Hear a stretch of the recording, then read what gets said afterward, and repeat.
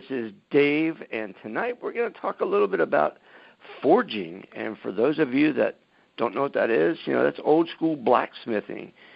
Sit in front of a big fire full of hot coal and steel and, well, no, these days, you know how they are. They're gas and propane, and I guess you still got some old school people doing things with wood burning and other kind of coals. And, it's weird how modern technology and how people are making, knives and forks and all your modern stuff that you want made out of steel these days. But then people choose to go back to the old school ways, and they want to do things the hard way, and they want craftsmanship and customization in their knives and their other metal things that they're doing. And tonight we're going to talk to one of those people. Now, I don't know what kind of forging he does. Maybe he farms it out to other people. I don't know. I'm kidding. But tonight we're talking to Randy Nelson. And for those that might recognize the name, go check out the old survival TV show from the Weather Channel, Fat Guys in the Woods. I know that we've talked about me being on that show in the past, but Randy was also on that one of those episodes, and he kind of had his own fun during that time, and we're certainly going to get into that conversation as well. But for now, let's at least bring him in. Randy, are you there? I am. Can you hear me? I can hear you. Can you hear me now? Isn't that the old Verizon commercial? Let's jump right into it, man. So you're forging, and before we get into the Fat Guys in the Woods and before we get into why you want to do forging, talk a little bit about just what forging means, or what it day to day, what that means to you, and what it takes from you to go do something like that. Well, for me, it became a creative outlet. It was, I grew up a musician. I still play music here and there, but I like to work with my hands. I like to design, to create, and I've long since enjoyed being out in the woods and whatnot, and I've kind of gained this fascination of knives, which will later tie into the Fat Guy story. But I decided one day, and this was before Forged in Fire or anything, I thought it'd be really fun to learn how to make a knife and to blacksmith. Growing up, my family always went to Tennessee, and in Dollywood, they've got that blacksmith shop, and I would stand there for, I don't even know how long, and just watch these guys heat up metal, throw it on the anvil, smack it with a hammer, and seeing something start to come to life was always kind of intriguing to me. So I decided to give a go at it, and the more I looked into it, the more I realized it's not something that you can do easily or learn quickly or, do. You can do it on a budget, which is a cool thing, depending on what kind of forge you buy, what kind of tools and the anvil and whatnot. But for me, it's just a way to work up a good sweat, get a good workout in, while also being productive. I'm not just going to a treadmill and running or walking or anything. And really, it's just a way for me to kind of, like I said, be creative, just another outlet for me. So for someone like you, you're talking about having a wide ranging of interests and yet going down and seeing these guys sweat it out in front of a forge, what type of training, I don't know if I want to say it that way, but, do you have a lot of opportunity for apprenticeships or to kind of meet somebody and go hang out with them and sweat alongside of them? Or is it a lot of, let's watch a couple YouTube videos these days and kind of teach yourself and learn, pardon the pun, but trial by fire, and just kind of fail and learn from your failures? Or what options does somebody who wants to become a forger, a blacksmith type of person have these days? Well, I would say that, this day and age, everybody goes to YouTube. Everybody goes to Google, and I did that for a couple of years. And it's very easy to sit around and watch somebody else do the work and to read how it's done. But when I really wanted to get into it, I realized I had no clue what I was doing. I didn't know, aside from what I've read, I didn't really know what type of steel, what kind of heat. There's a lot that goes into blacksmithing, whether it's the traditional way or you're using, propane and a power hammer. So I just reached out on social media and said, hey, does anybody know a blacksmith? And I Google searched blacksmiths around Ohio to see if they were having classes, and I found, and I believe it's the same across the country, there's a lot of places you can go and take a class and pay different amounts for these classes.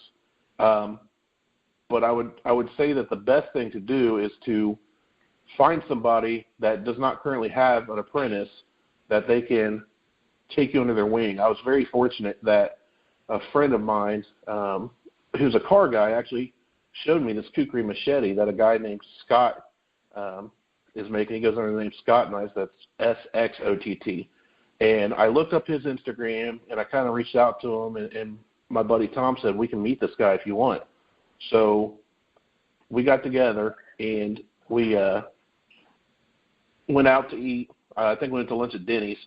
And I met this guy. I saw some of his work. We got talking, and then he friend requested me on Facebook. And 6 months later, he said, hey, would you like to come to my forge? And he explained to me, he just want to kind of get a feel for who I am as a person. And he's actually working towards his journeyman stamp. What I learned from him in a matter of just the first couple of days we forged together was worth more than I learned in 2 years of watching videos and reading online, because here was a guy that was doing it actively. He was full-time blacksmith and making beautiful works of art and explaining to me not just, okay, we're going to make a knife, but exactly what type of knife we're making and why and how to do that step by step. So for anybody looking to get into blacksmithing, get on YouTube and watch the videos, because there are ways you can do it very cheap to get started. But you definitely want to find somebody who has been blacksmithing for a while that knows what they're doing. The knowledge is just invaluable. So luckily enough, Scott's taken me under his wing, and that's how I've kind of been learning.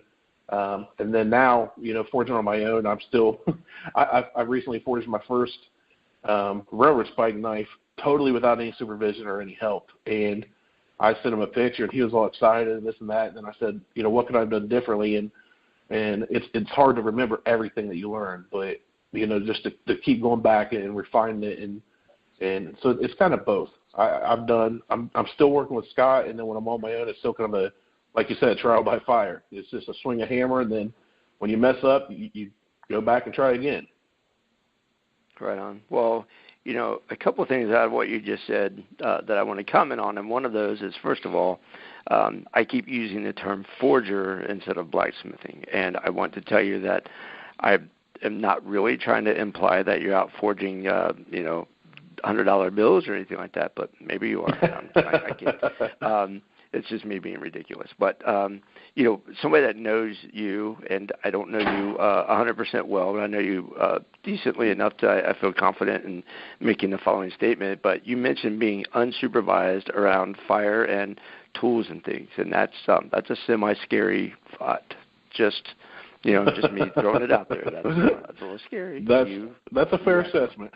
So with that said, though, I have always been a firm believer that experience, you mentioned a couple of years watching videos, was no trade-off or no comparison to just 2 or 3 days of hands-on with somebody that had at least a good idea of what they were doing, if not a great idea of what they were doing.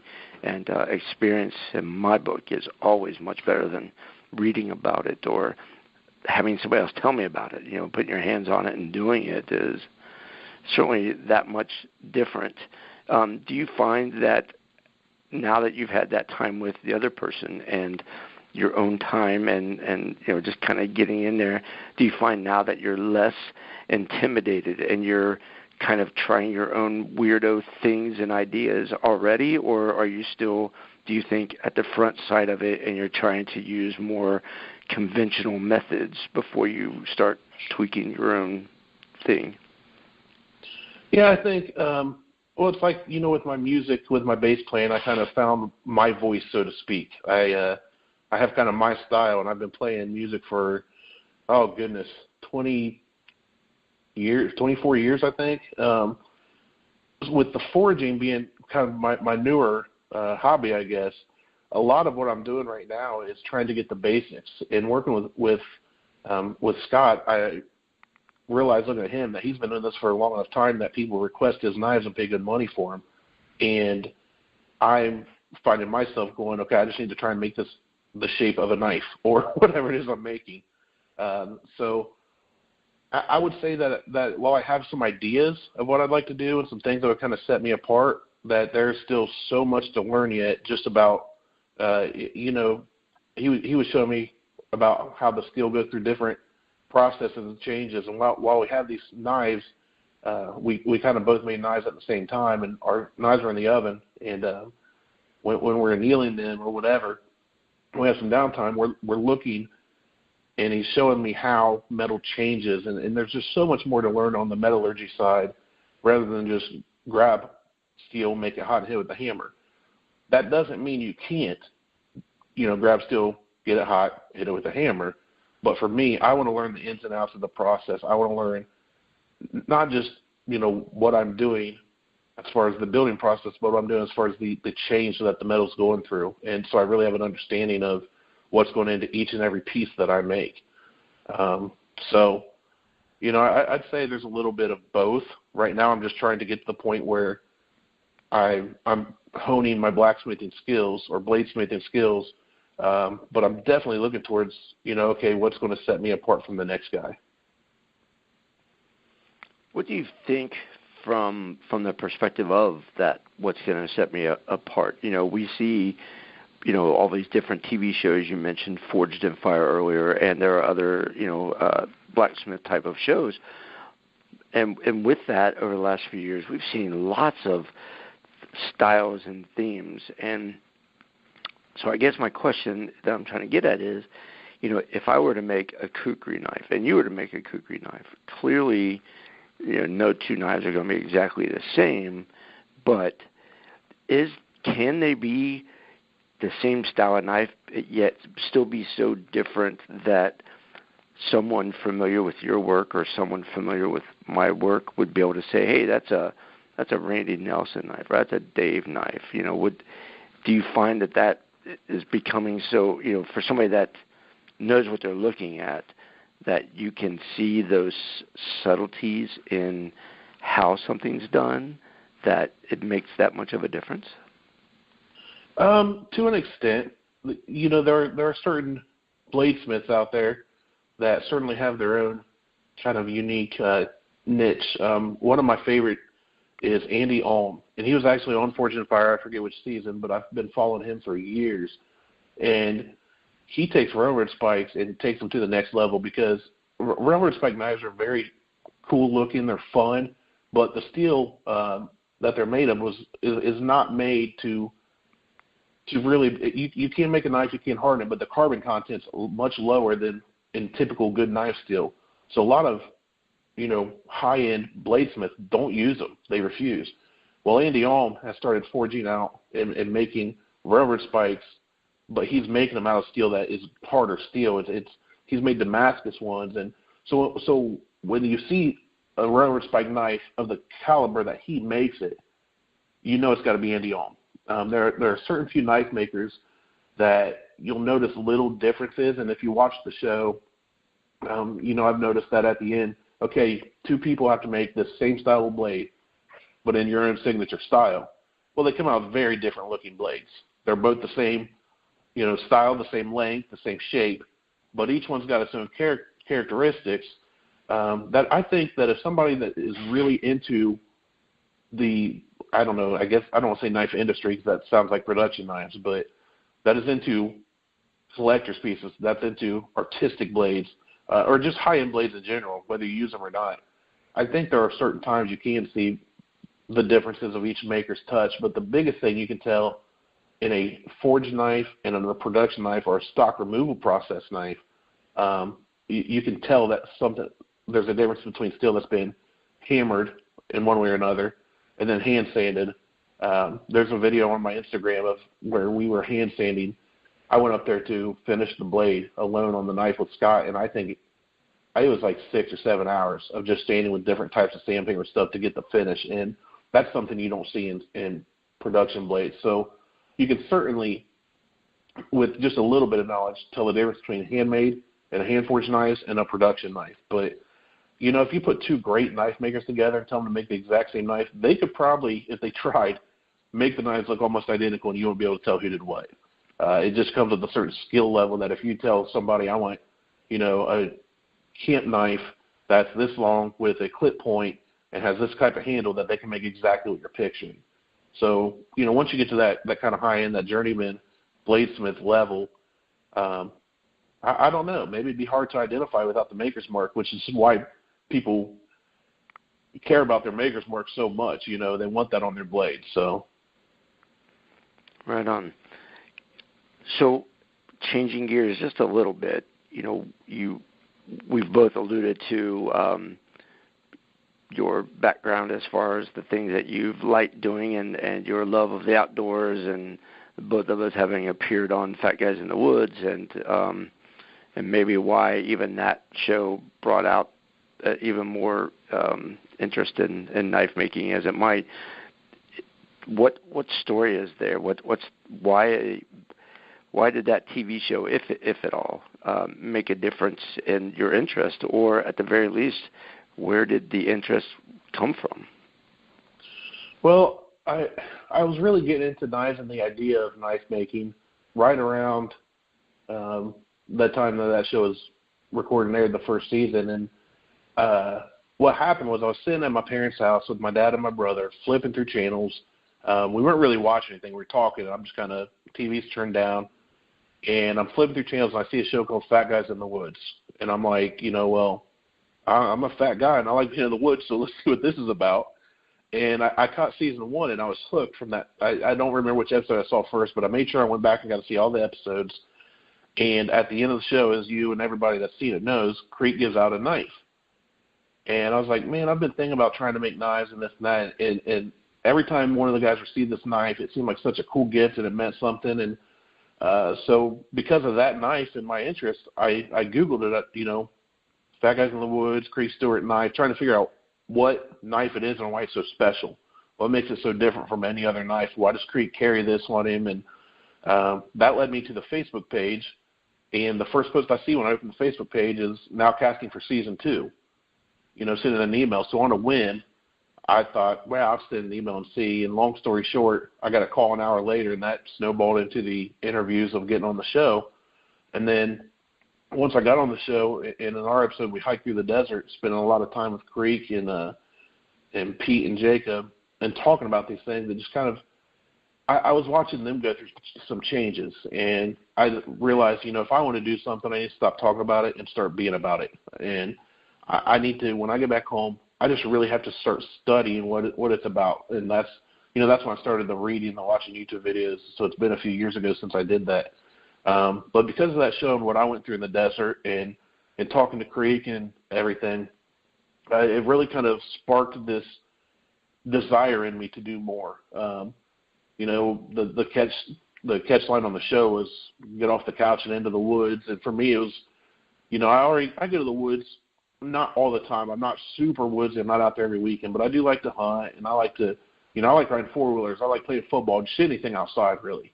But for me, it's kind of get off the couch and start living your dream. Start doing what you want to do.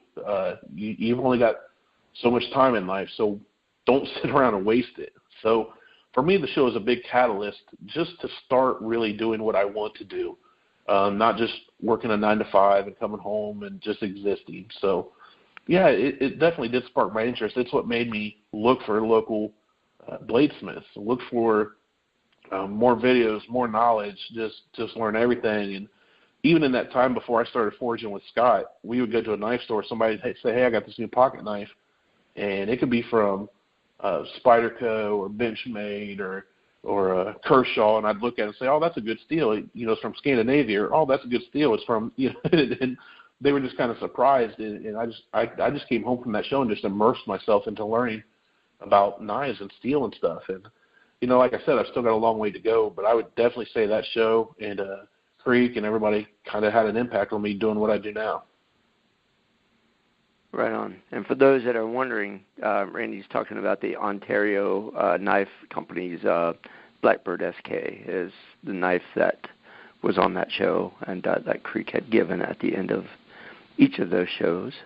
I still have mine. I actually had to go learn a little bit about knife sharpening because the steel on that particular knife is so freaking hard that a typical knife sharpening method doesn't work. You've got to have like the diamond, like a diamond wheel or something like that to sharpen it. I bought like 5 different things trying to sharpen mine once I had dulled it down after a few years of use, and I had to go take it to somebody. I'm like, okay, teach me how to sharpen this thing, because it's a beast. I mean, it takes a beating, and yeah, so interesting. I had to learn a little bit just for that reason alone to care for my own after I dulled it down. So yeah, very interesting.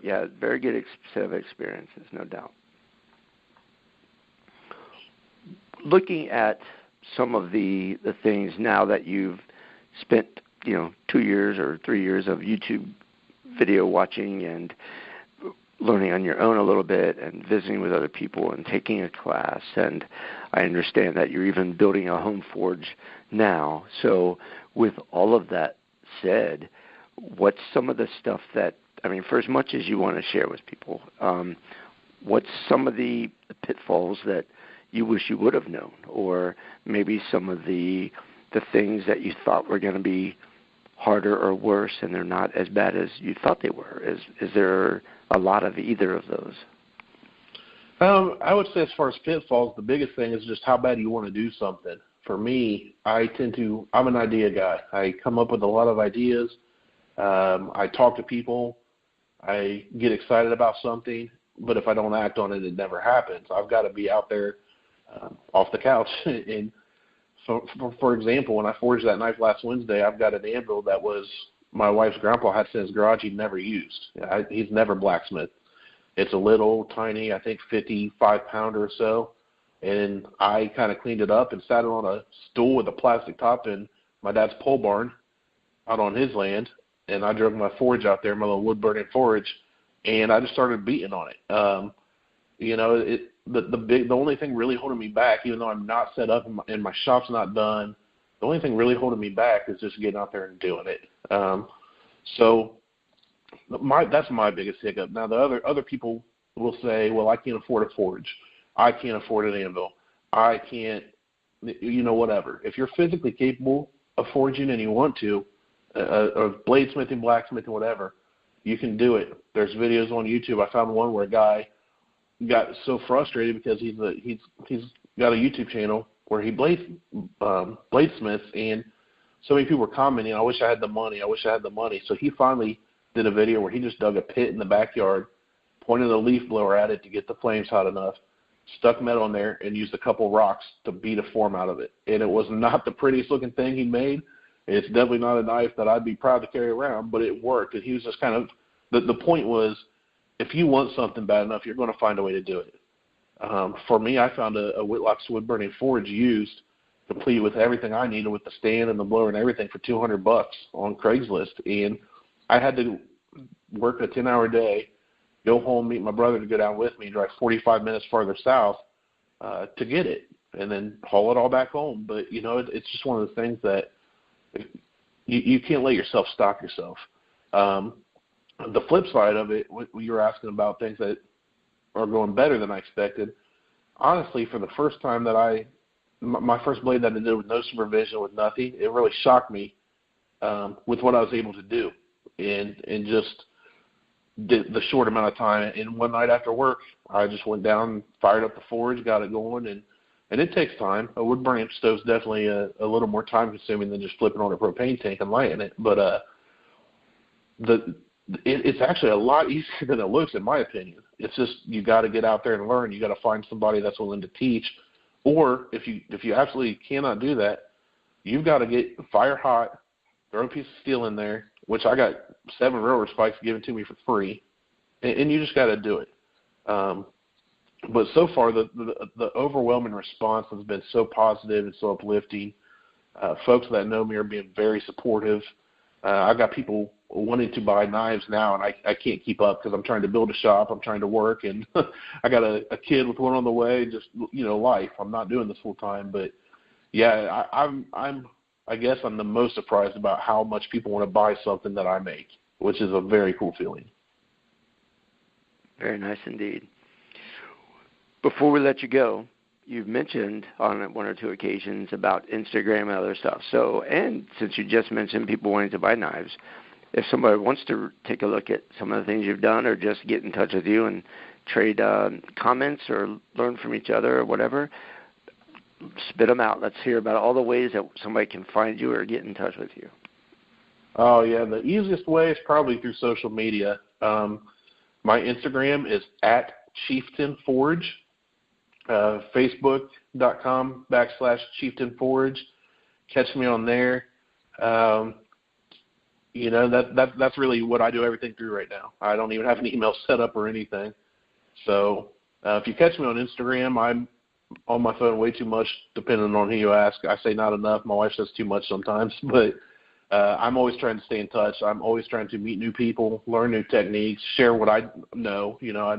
I love passing around the knowledge that I've learned to others. So, yeah, catch me on Facebook or Instagram at chieftain-forge, and I will answer any questions or follow you back or whatever. Right on. So, Randy Nelson from Chieftain-Forge, former effect guy in the woods, and all around just a good dude. I appreciate you taking the time and jumping on here with us. And for the rest of you, check him out, Chieftain-Forge. I've known Randy for a couple years now, and even during some of my classes that I've taught survival, Randy has driven out of his way and helped come and teach. So when he tells you that he's willing to put the time in and just hang out with you and stuff, he's not lying. So, Randy, thanks again, buddy. I appreciate your time. Thank you so much for having me. It's definitely an honor and a blessing.